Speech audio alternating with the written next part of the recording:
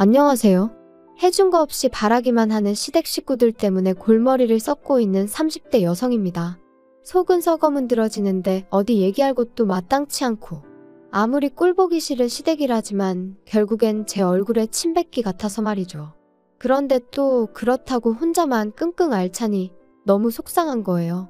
그러다 문득 여기가 생각이 났어요. 그래서 익명의 힘을 빌려 제가 겪은 이야기를 좀 해보려고요. 가벼운 마음으로 아는 동생이 하소연한다 생각하고 들어주세요. 남편과는 지인의 소개로 만났습니다. 사실 소개팅에는 영 흥미가 없던 저였는데 지인이 자기가 느낌이 온다며 한 번만 만나보라고 어찌나 성하던지 몇 번의 거듭된 설득에 나간 자리였어요. 그리고 그렇게 제가 소개팅 자리를 꺼려했던 이유는 제가 어디 못나서도 그렇다고 낯을 가려서도 아니었고 사실 저에게는 파혼이라는 트라우마가 있었거든요. 솔직히 자랑거리는 아니지만 그렇다고 제가 잘못한 것도 아니니까 간단하게 얘기를 해보자면 20대의 끝자락에 한 남자랑 연애를 했어요. 소위 강남에 건물 몇 개를 가진 대단한 부잣집 도련님이었죠. 그런데 남자한테 프로포즈를 받고 본가에 처음 인사를 드리러 갔던 날 저는 말 그대로 충격을 받았습니다. 남자 쪽 부모님께서 말끝마다 그래서 돈 없는 것들은 거지들은 그까짓 거 몇 푼이나 한다고와 같은 표현을 덧붙이셨거든요. 그리고 비록 저한테 직접 하신 말씀은 아니었지만 세상을 그런 눈으로 보는 분들을 제가 진심으로 존경하고 어른으로 대우해드릴 자신이 없더라고요. 그래서 이튿날 남자한테 헤어지자고 했어요. 가치관도 가정환경도 너무 달라서 우린 안 될 것 같다면서 말이죠.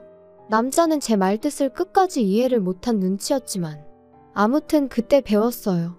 결혼이 아무리 현실이라지만 그래도 돈이 전부는 아니라는 걸.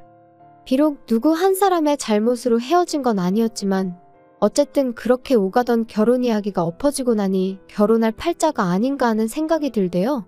만약 또 누군가랑 어찌저찌 시작했는데 끝이 안 좋게 끝나면 어쩌나 그런 시간 낭비는 또 하고 싶지 않다 하는 생각도 들었고요.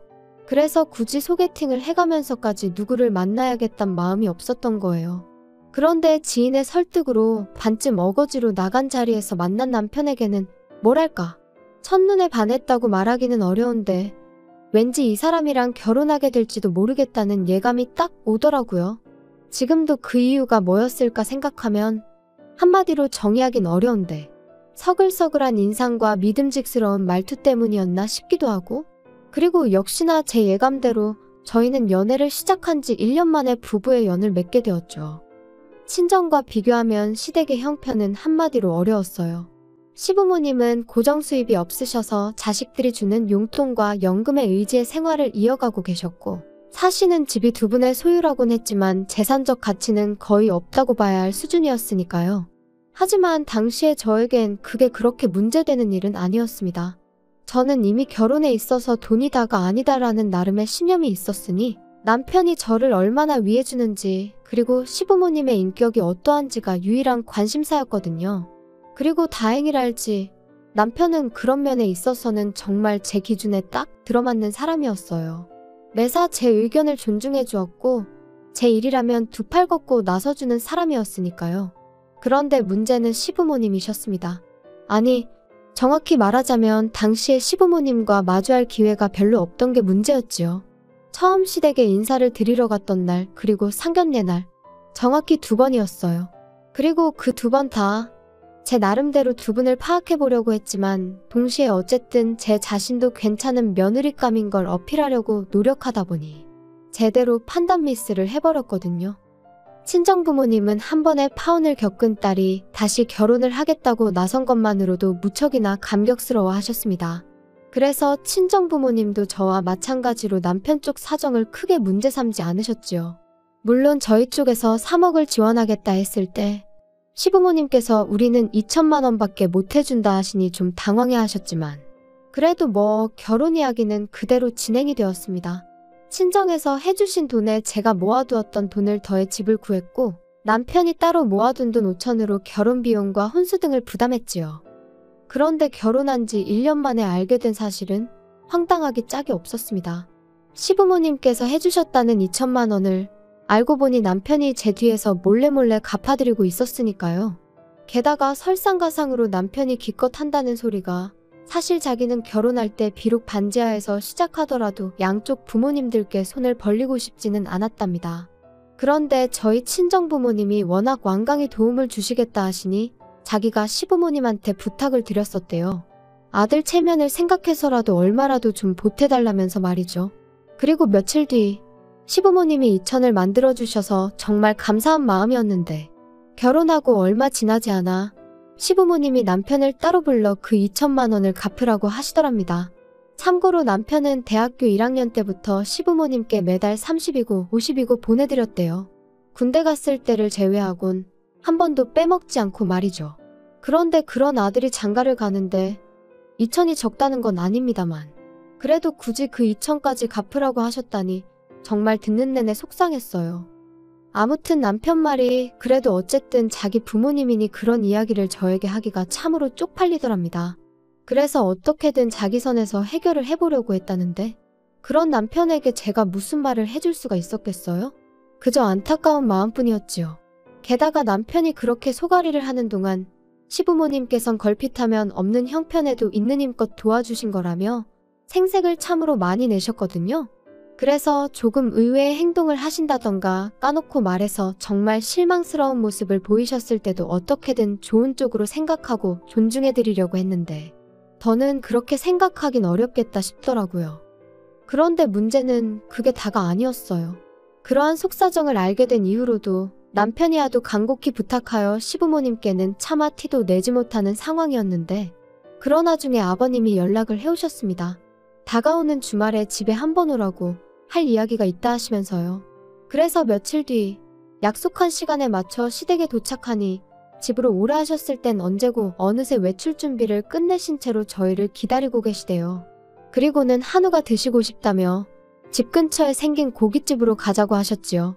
솔직히 그런 식으로 처음 당하는 것도 아니라 놀랄 것도 없었지만 그날은 너무 짜증이 나는 거예요. 그리고 말이 나왔으니 말인데 사실 사람들이 다 성격도 다르고 스타일도 다르고 해놓고 사는 것도 다르고 그러니까 비교하면 안 되는 거 저도 정말 잘 알아요.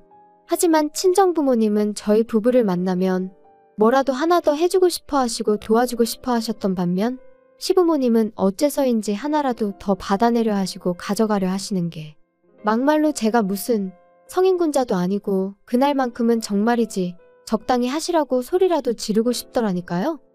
넷이서 식사하고 47만 원이란 금액을 결제했습니다. 남편이 제 눈치를 살살 보면서 카드를 내미는데 속에서 부글부글 막말로 그 47만 원 없다고 저희 부부가 어떻게 되는 거 아니고 시부모님 말씀대로 저희가 어디 가서 벽돌 나르며 생고생해서 버는 돈은 아니지만 그래도 그렇지 정말 너무하단 생각밖에 안 들었어요. 그런데 그런 와중에 저희 어머님이 요 근처에 새로 생긴 라이브 카페가 있다며 거길 가자 하시더라고요. 그리고 도착한 카페에서 아버님이 말문을 여셨습니다. 너는 언제까지 그 똥차를 끌고 다니려고 그러냐? 니네 부모는 뭐라 안 하든 그 웬만하면 한 대 새로 뽑아달라고 해라. 포만나게 그게 뭐야?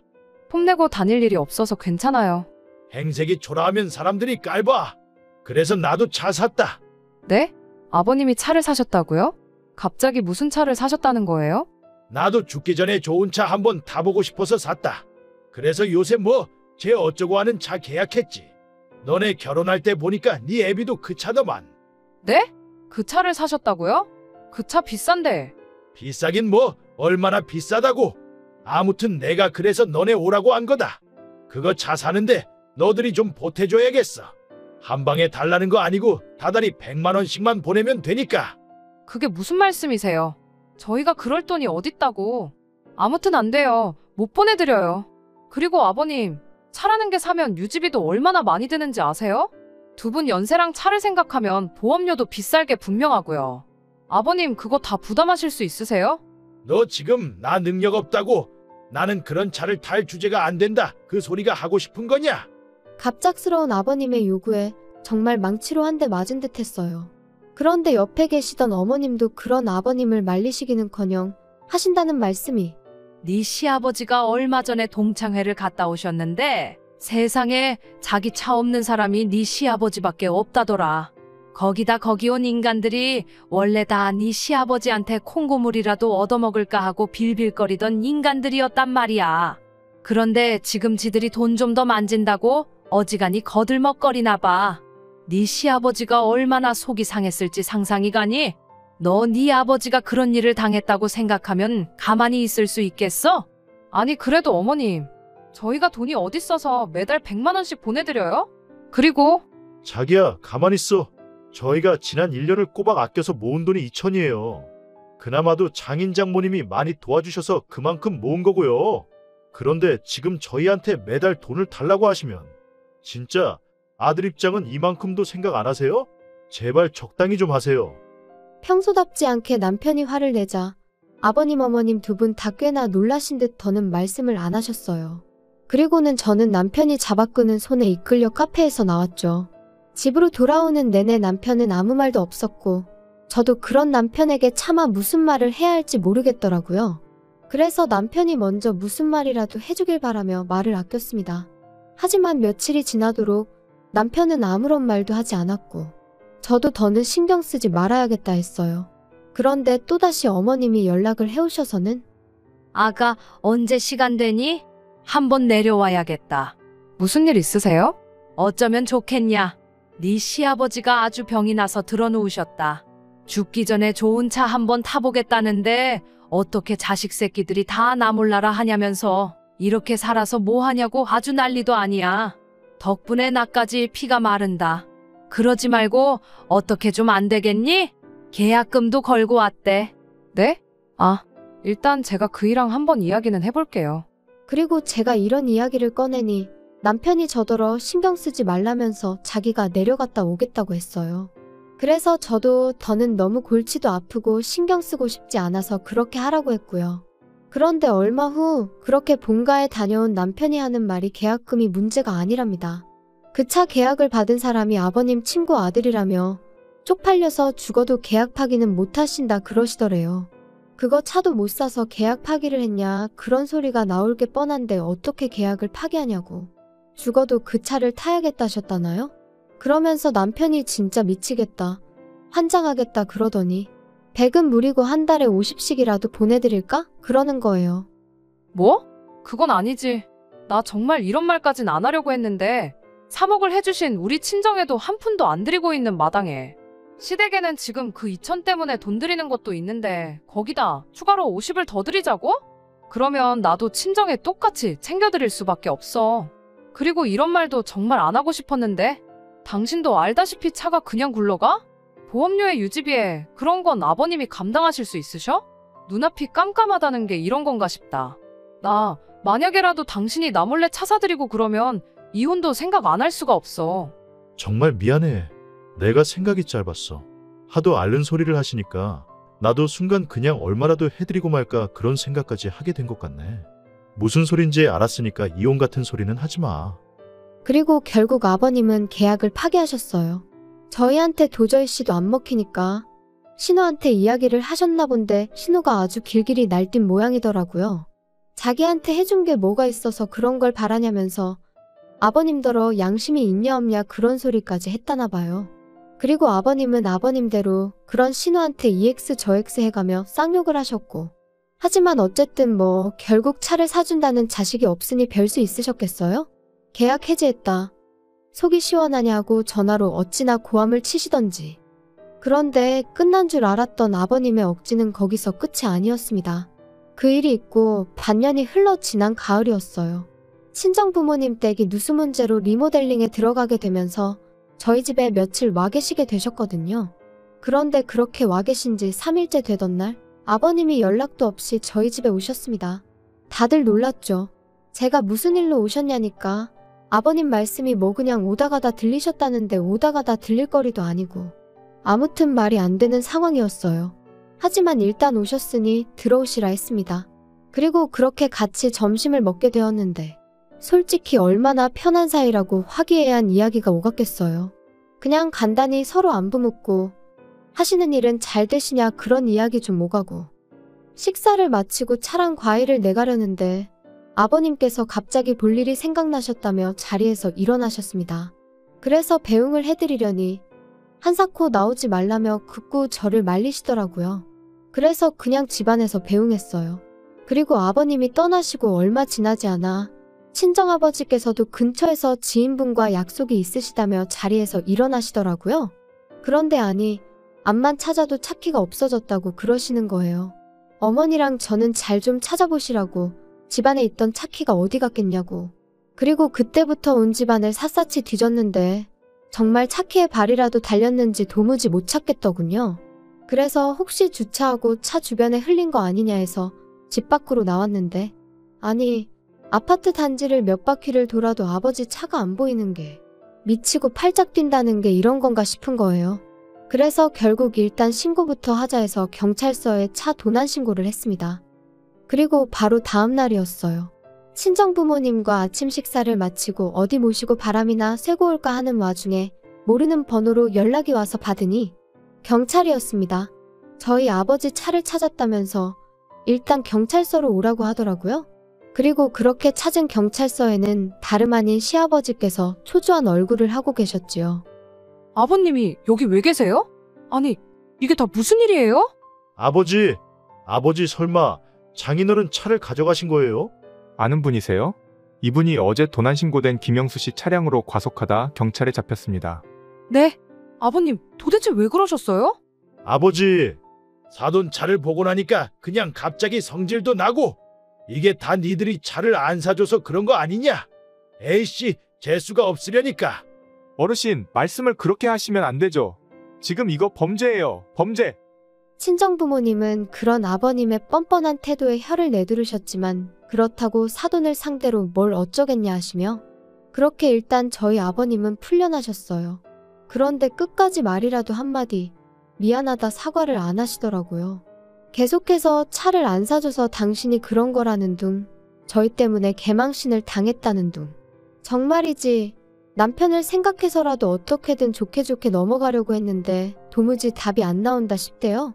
게다가 거기서 끝이 아니었습니다.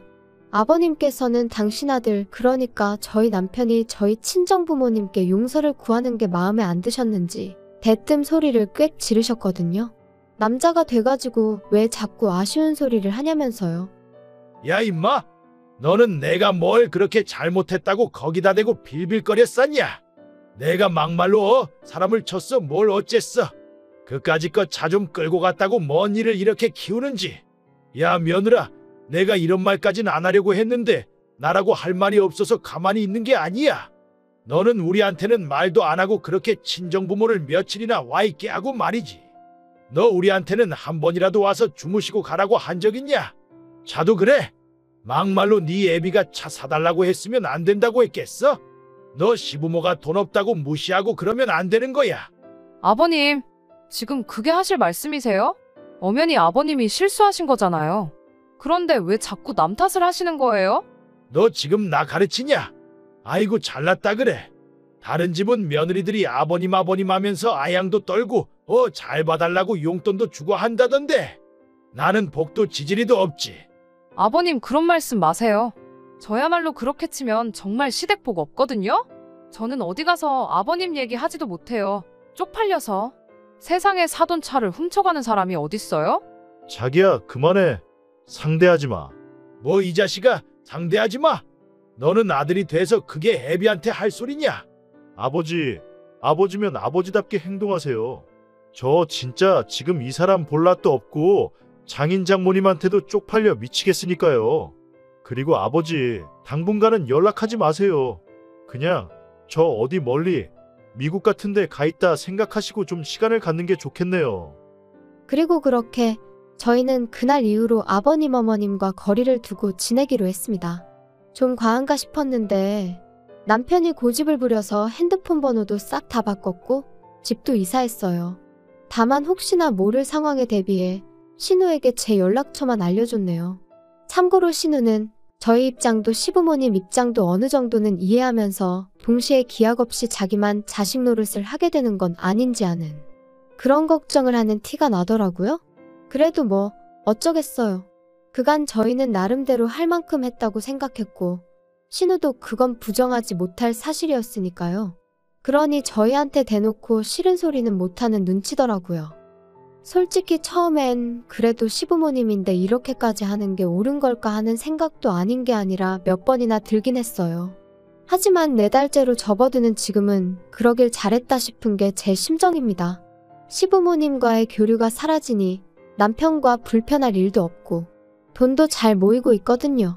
남편에겐 이 말까진 안 했지만 그간 시부모님이 어지간히 뜯어가셨구나 하는 게 새삼 실감날 정도로 말이죠.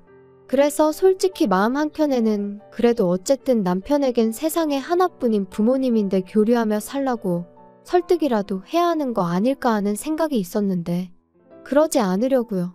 그렇게 되면 보나마나 또 제가 어마어마한 스트레스를 받을 것 같아서요. 그래서 그냥 흘러가는 대로 어떻게든 되겠지 하는 마음으로 내버려 두렵니다. 아버님이 혹시 먼저 손을 내미신다면 그땐 뭐 달리 생각해 볼 수도 있겠지만요.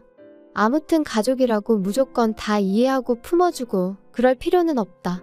제가 저희 아버님을 겪으며 내린 결론입니다. 가족도 가족 나름이라는 말 참 이상하다 생각했는데 먼저 겪어본 사람들이 있으니 그런 말도 나왔다 싶고요. 아무튼 어떻게 마무리를 지어야 하나 싶은데 그래도 남편 하나는 정상이니 다행인 거겠죠?